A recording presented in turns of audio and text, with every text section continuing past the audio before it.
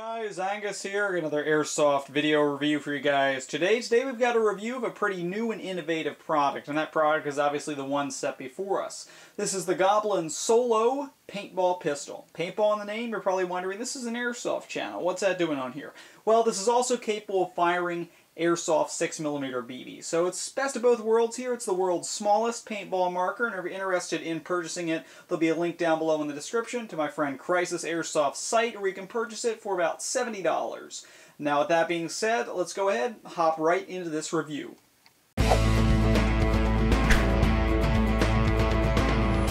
Alright, so now let's go ahead and get into the actual review here of the Goblin SOLO. Doing things a little bit differently, we'll cover the accessories and everything that's included later, and for right now, just talk about the gun itself. And as I stated, this is the world's smallest paintball marker. As you can see, it's actually about the same size as my hand, maybe a little bit smaller, and in my opinion, that certainly is true if you were to consider this a paintball marker. Now, big deal about this thing would be its external construction. Being that it's such a small gun, you really wouldn't expect to be made out of metal or made extremely well or anything like that. It is made of a decent quality plastic, maybe an ABS style plastic, and it feels actually pretty nice. It's rather comfortable in your hand. I'm perfectly fine with the plastic construction, seeing this is such a small gun. Who really cares if it's metal? I'd rather have something lighter as my sidearm than, you know, something big and heavy, ugly. This is made to be small, light, last stand kind of weapon, maybe a backup to your backup weapon. Your pistol goes down, you pull this out in a close situation. What's cool about it is we really haven't seen one before in the Airsoft or the paintball world. Kind of a derringer, not necessarily though, because instead of having the two barrels firing 1 BB each, you get a gassed up shell in here that can basically give you a whole shrapnel effect of BBs or a paintball coming out of it. Now, continuing on with the construction here, like I said, it's essentially all plastic except for a couple things on here. Obviously, all the screws holding this together, they're metal. That's good. We don't have anything cheap there. Maybe unscrewing them, they fall apart. And the firing pin of the Solo is metal as well. And that's good because obviously you don't want a plastic firing pin there that might hit it at a wrong angle and therefore break or something like that. So that's a crucial piece, and I'm very happy it's metal, obviously with the screws as well. So the externals, it's plastic, but that's kind of what you expect, and hey, not necessarily a huge deal with it as well. Another nice touch to the externals are the various markings it has on it. I always like when companies take the time to kind of decorate the guns. On the barrel, you have SOLO written rather nicely. It's engraved into the gun. And down below, on kind of the hinge of the barrel, you have painted on nicely Goblin trademark. That's nice if you're in the field, somebody wants to know what it is, you can always say, hey, it's a Goblin, and point to it. That's not only shown on the left side here, it's also repeated on the right side of the SOLO as well. Now there are a couple little bit features here that I can discuss with the Goblin. You do get iron sights, your rear sight here, as well as your front sight. Obviously they're not adjustable. Frankly, I don't see when you're going to use them unless you take a quick chance to aim. Being this is a last stand weapon, my thoughts would I'd pull it out, quickly pull the trigger. And talking about pulling the trigger, one thing I don't like about it is the kind of added safety they have back here. Like I said, my thoughts, tough situation, pull out, pull the trigger, bang. Unfortunately, it's not just pulling the trigger you have to worry about. You also have to push down on this piece in the back in order to be able to fire the gun. I don't exactly like that because, hey, I might not think about it in-game, but I do suppose if you're holding it a certain way, you'd automatically be pushing down on that. That's just something I personally don't care about. There really is nothing wrong with it. I just think maybe if you forget about it, it might cost you a crucial couple seconds.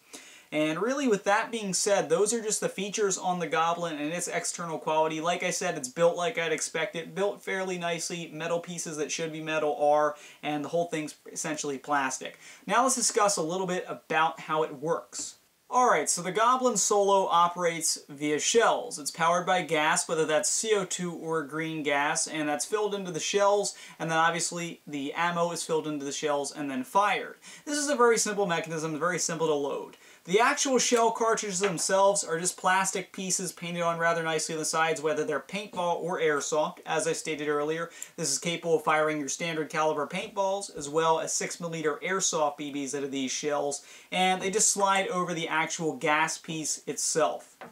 Now the gas piece is obviously constructed of metal, as it should be to house the gas, and how it works is very, very simple. You'd simply push this in when you're ready to go, and then you'd gas it up with either green gas or CO2. Moving a little bit in another direction here, one piece to cover is what is included with the Solo, which is a CO2 adapter. You can buy the standard Airsoft ones for the 12-gram CO2 cartridges, or you can utilize the ones included with the Solo. This is meant to screw onto your CO2 paintball tank and then gas up the shell. These are designed to be used with CO2, and they're much more effective, much more powerful when you gas it up with these. I've tried it with green gas, and the results just aren't exactly that impressive, so definitely try and go with the CO2. Anyway, once you've gassed it up, it does actually hold quite a bit of gas. You then slide it into the Goblin Solo itself, after you go ahead and place on the plastic shell with your ammo in it. The paintball ones can hold a single caliber paintball inside them. Simply slide them on like so, and the Airsoft ones are capable of holding 12 6mm Airsoft BBs. Keep in mind though, the paintball ones definitely more so what it's designed to be used with, because I've noticed with the Airsoft, at least on green gas, the gas doesn't want to push the BBs out. You get maybe 2 out, that's it. The rest kind of get jammed in the barrel there and they don't want to fly out. And that's critical. You're in a game, you need that essential hit. They don't come out, what the heck? And what are you going to do? Another thing I've noticed that I've been told is with the CO2, because it's so powerful, all your BBs fly out, but also all your O-rings fly out. Luckily though, they do provide plenty of spare O-rings, so they might have known that would happen. So just something to be warned, CO2 is a lot more powerful, a lot more effective, but you might lose O-rings in your shells. And looking at the size of these holes, they're going to be a pain to put back in. Anyway, once you've chosen your ammo, your plastic shell cap, and the actual gas-filled bottom of the shell, what you want to do is simply open up the barrel like so. You pull back on the rear sight, and it flips forward on a hinge. At that point, you'd go ahead, take your shell gassed up and full of paintballs or BBs, slide it in like so, and go ahead, snap the Goblin shut. At that point, obviously the weapon is capable of firing if you go ahead, push down on the back piece, and pull the trigger as I stated earlier. Frankly, again, more effective with the paintballs, more so what it's designed for, but the Airsoft ones do work decently well as long as you use CO2 and hope your O-rings don't fly out. Another nice bit to talk about with the Goblin will be the fact that it includes its own little custom holster. You get a nice embroidery on there, Goblin Solo. It's held shut by Velcro, fits the Solo in rather snugly, and also on the back you do have some nice molly to go ahead, hook this onto the side of your vest, or just on your belt like I do, because frankly it's light enough that really you don't even notice and it doesn't pull anything down whatsoever. So it's really cool they gave you the holster, and really cool they did give you the CO2 adapter. Very simple to operate, as you saw, just a couple quick snaps to some shells, gas them up, and then you're ready to fire. Alright, and with that being said, frankly, I'm going to say we can go ahead and wrap up the real quick review of the Goblin Solo Paintball Pistol. It's a very simple little weapon. There are only, sights to talk about, how you load up the shell, etc. So very simple, not too much to talk about. It's just a nice little gun you'd have as your backup on the field, maybe a backup to your backup. You can pull out in those close quarter situations, send a nice hail of, BB shrapnel or a big old paintball at your opponent, depending on the game you're playing. Like I said, it's definitely more designed for paintball, much more practical with the CO2 and the paintballs. But hey, CO2 and BBs will be a nice combination as well, especially if we want that up-close, powerful effect. Just be careful you don't lose the O-rings. That is certainly a con that I would consider when talking about this product. It's great they give you the holster. That's one of my favorite things about it, because the holster is cool. It fits right in there perfect, light enough that it hooks onto your gear, easy to access in the field, etc. The construction of this is solid. The one thing I could complain about as far as features and builds would be that kind of added safety piece that you have to push this down when you go to pull the trigger. Just because, well, it might cost you your hit in a game when you're actually out on the field if you forget to do that. Otherwise, though, solid little piece. I would pick it up. I mean, I think it's pretty cool for $70. Certainly be awesome if you play CQB. Thanks for watching, guys. Please subscribe. This has been Death Airsoft's review of the Goblin Solo Paintball Pistol.